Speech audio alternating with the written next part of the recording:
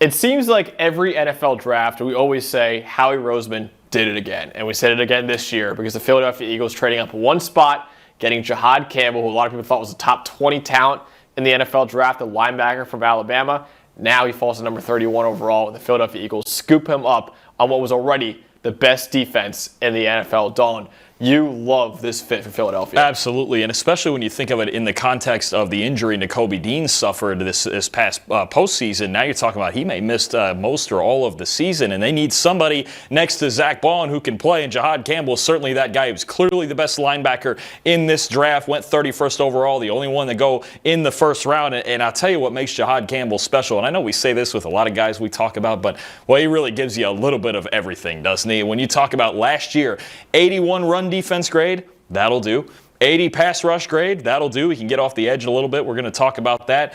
Oh, sorry, 80. I think we got these a little mixed up. I think it was an 80 coverage grade and a 76 pass rush grade here. So either way, you talk about all those things. And this bottom part is fun to me because only 2 Power 4 linebackers played 700 snaps last year and had at least a 74 grade. In all 3 of these, one was Campbell, who was picked 31st.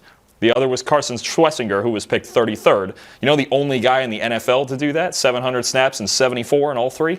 Zach Baun.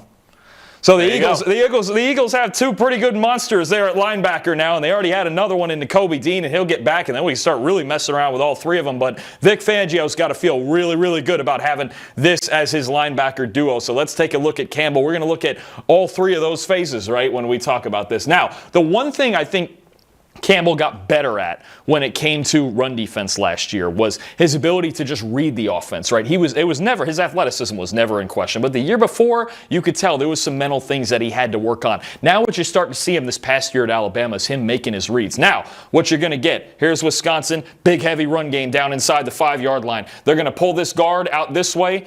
Right here, they're going to get everybody working down in here. They're going to get the fullback leading up out here into the hole. They're going to try to score off tackle here, right? Here's Jihaad Campbell right behind the goalpost, number 11 there. His read in a scenario like this, because everybody's kind of occupied up front. It's heavy up front, right? His read here is actually just going to be the fullback. All you're going to do, okay, is trail this fullback wherever he goes. That's it. The fullback will take you to the football. Why? Because he's leading the football. That's the entire idea. I know it's an old school concept, but they still do these things at certain schools in college in Wisconsin. There's still some teams in the NFL that run things with fullbacks. You think about the 49ers and Ravens and teams like that, right? So all your read is you don't even have a gap. The A gaps are filled. We're good. You don't even have a gap. You're not worried about a gap. You are just straight up following this fullback, going wherever he does, and getting through him, finding the football. Let's go to this next snap. Now, things are starting to develop pretty good here for Wisconsin. Everybody else but Campbell is blocked. We got all the down blocks working here. Here's the polar getting out here, mauling a corner out to the sideline. We got linebacker.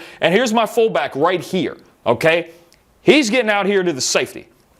All right, Campbell's the last line of defense. Either he makes this tackle or they're scoring. It's that simple. But to make this read as decisively as he did, because he's trailing this fullback right on this back hip, that allows him a chance to make this tackle. And does he make it? Yeah, I wouldn't put it in the video if he wasn't going to make it. He absolutely makes it. And you talk about a play where he was the only guy as the middle linebacker that was set up to make this stop. He does it for absolutely no gain down there on the goal line against a big running team like Wisconsin. We know how hard that can be to do sometimes. All right, let's get another one. Big Ten. You know what? SEC versus Big Ten. It's been a big theme lately. Let's get it going again against Michigan here in the bowl game, all right? Now you're going to get a little funkier. That was a heavier set. This time we're in more of a base set. Yeah, we got a safety creeping down here, but we're really in a 6-man front here.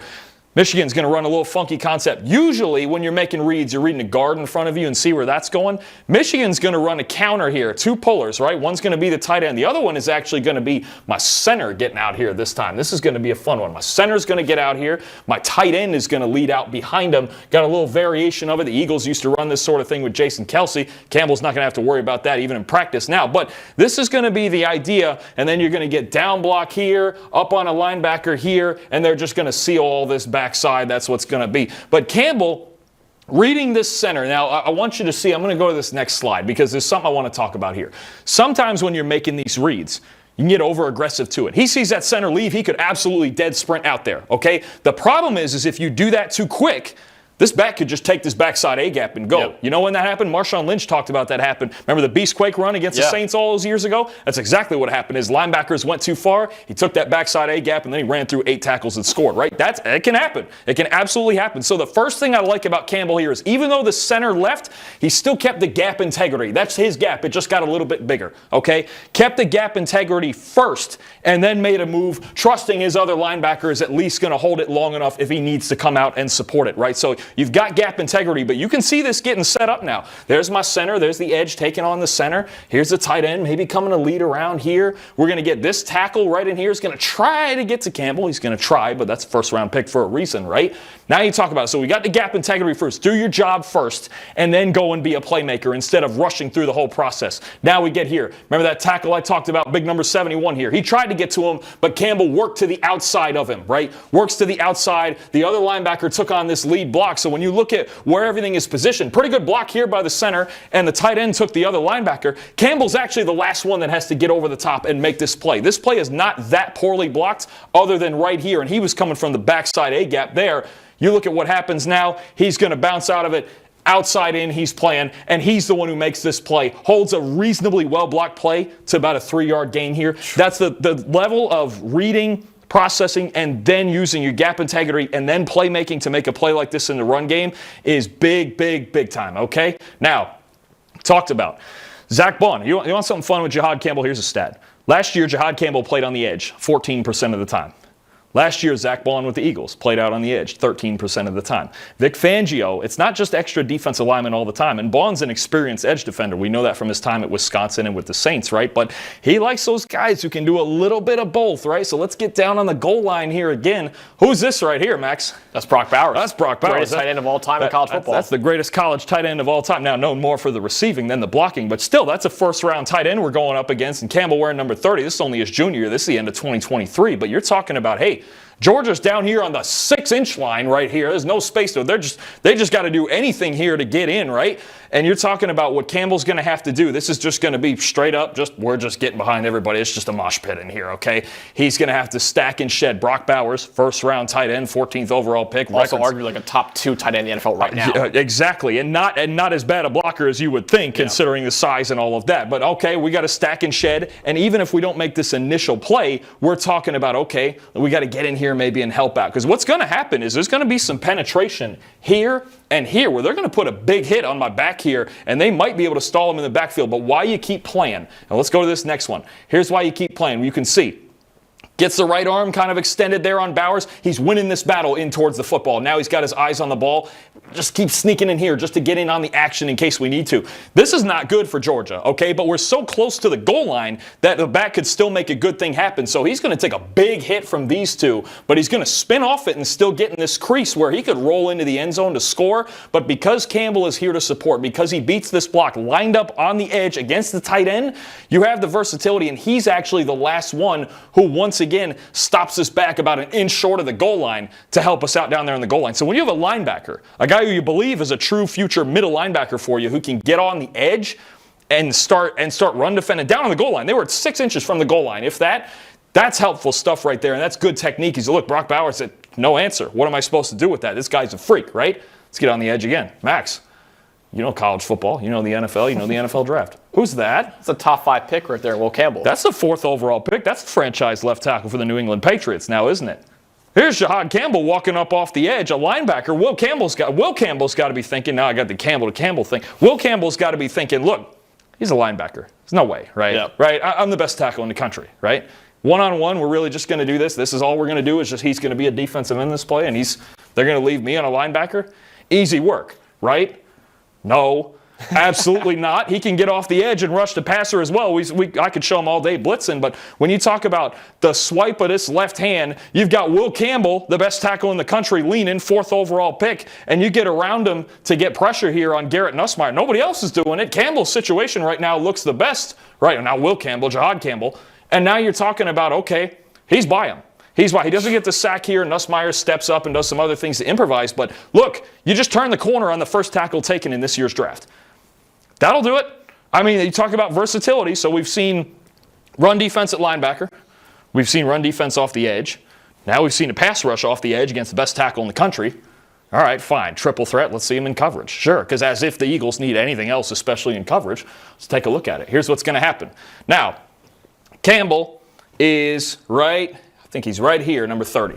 He's going to rotate back out this way. You're going to get kind of a blitz and you're going to get a blitz here. You need a rotation back here. Either way, basically what's happening here is cover 3, okay? He's going free, down, back deep, and we're rotating this whole thing and we're getting right in here. Okay, but the idea is now that what you're going to see at the bottom of the screen. We've talked about this in previous videos. Here's a little bow concept, all right? Here's a hitch right there. You get this in cut coming behind him. Now, it's not Campbell that Peyton Thorne is going to read here for Auburn. It's actually this hook curl coming right down in here from this safety. Campbell's bailing to the front side here first, okay? Again, do your job first. Don't try to anticipate too early. Then start making plays. I want to tell you something. Auburn's quarterback does everything right here. Okay? This is going to sound funny, but he does everything right. Okay? Look off Campbell to this side because there's a seam coming. There was a seam coming this way, I think actually from the back coming up the seam. Okay? Look off to that side.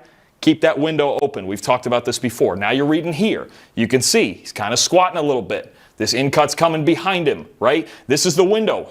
The quarterback has created the window that he wants to throw into. Okay? He hasn't done anything wrong here.